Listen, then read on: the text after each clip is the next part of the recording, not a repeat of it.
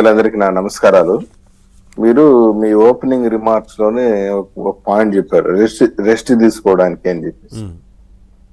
ఇంకా ఆయనకి ప్రజలు పూర్తి స్థాయి రెస్ట్ ఇచ్చేసినారు.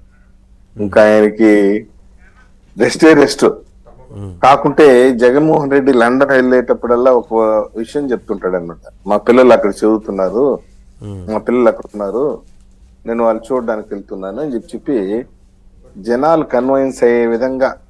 ఇప్పుడు ఎవరైనా వాళ్ళ పిల్లల్ని చూడడానికి వెళ్తే వద్దనగలమా? సెంటిమెంట్ తో కూడుకున్నటువంటి వ్యవహారం. నేను కూడా వద్దని లేదు.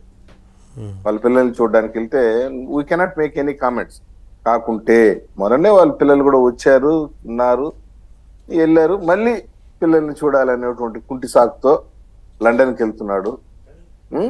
దీని వెనకాల ఏంది విషయం అని చెప్పేసి ఆయన క్లారిఫికేషన్ ఇకపోతే చాలా డౌట్లు వచ్చేస్తాయి. అవును, మరి ప్రజలకి ఆయన ఇవ్వాలి. ఇప్పుడు is not an ordinary man.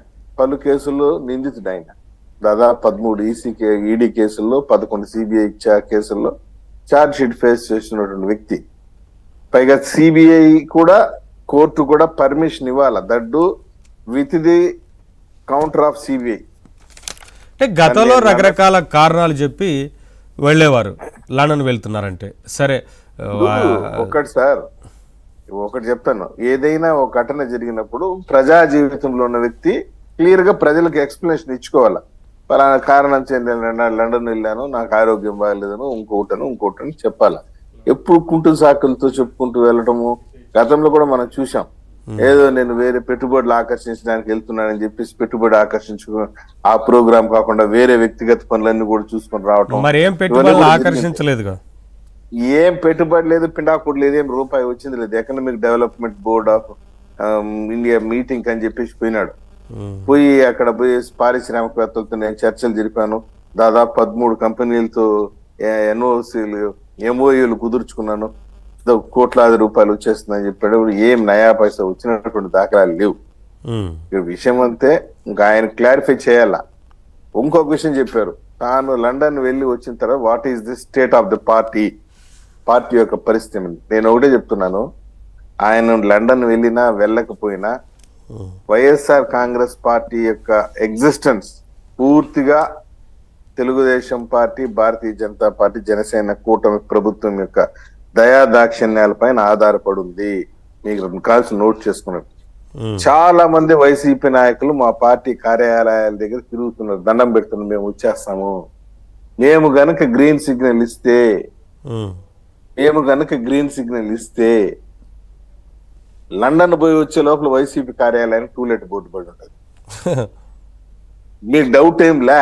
చాలా మంది ఇప్పుడు లోకల్ లీడర్స్ తీసుకుని ఎక్కడికో ఎందుకు, Chittoor mayor, Punganur municipal corporation, ఈ లెక్కను తీసుకుంటే చాలా మంది మేయర్లు, జెడ్పీటీసీలు అందరూ కూడా వచ్చేస్తారు.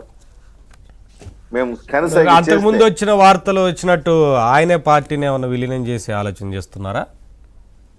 దాన్ని విలీనం కాదు, OLX లో పెట్టి అమ్మేస్తారు వీళ్ళు.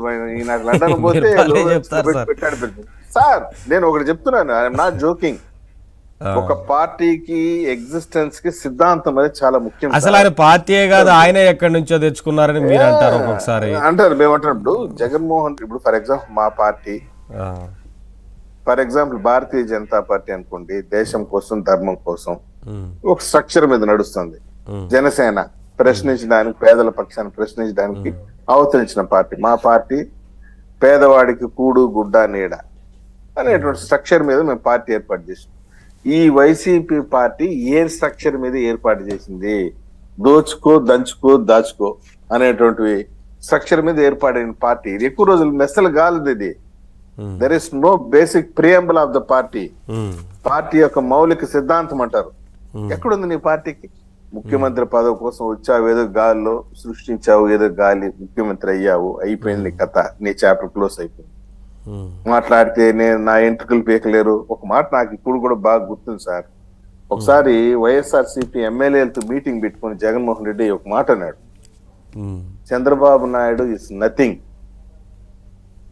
నా ముందర Chandrababu Naidu is nothing but ABN and TV5 or something. వాళ్ళతో చాలా జాగ్రత్తగా ఉండాలి, వాళ్ళు అబద్ధాలు ప్రచారం చేస్తారు.